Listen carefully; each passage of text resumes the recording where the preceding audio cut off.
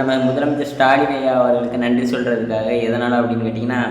இந்த கட்டுரையை வாசிச்சதுக்கப்புறம் உங்களுக்கே புரியும். இத்தனை காலம் சாதி ஒழிப்பு பேசி தமிழர்களின் குடிப்பெயரை எல்லாம் நீக்கி எங்கும் எதிலும் சாதி அடையாளங்கள் இல்லாமல் ஆக்கி,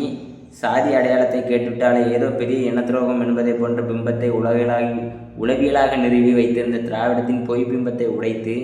சாதி அடையாளம் ஒரு இனத்திற்கு எவ்வளவு முக்கியம் என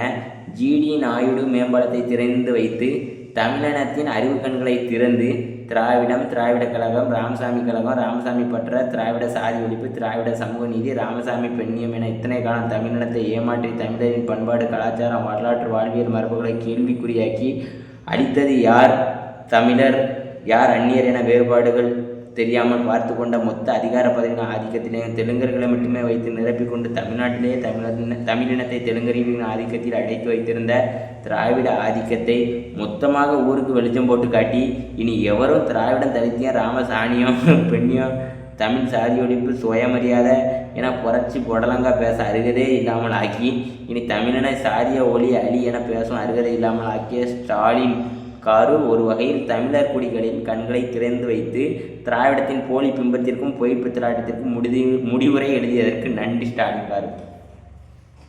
தமிழர் குடிகள்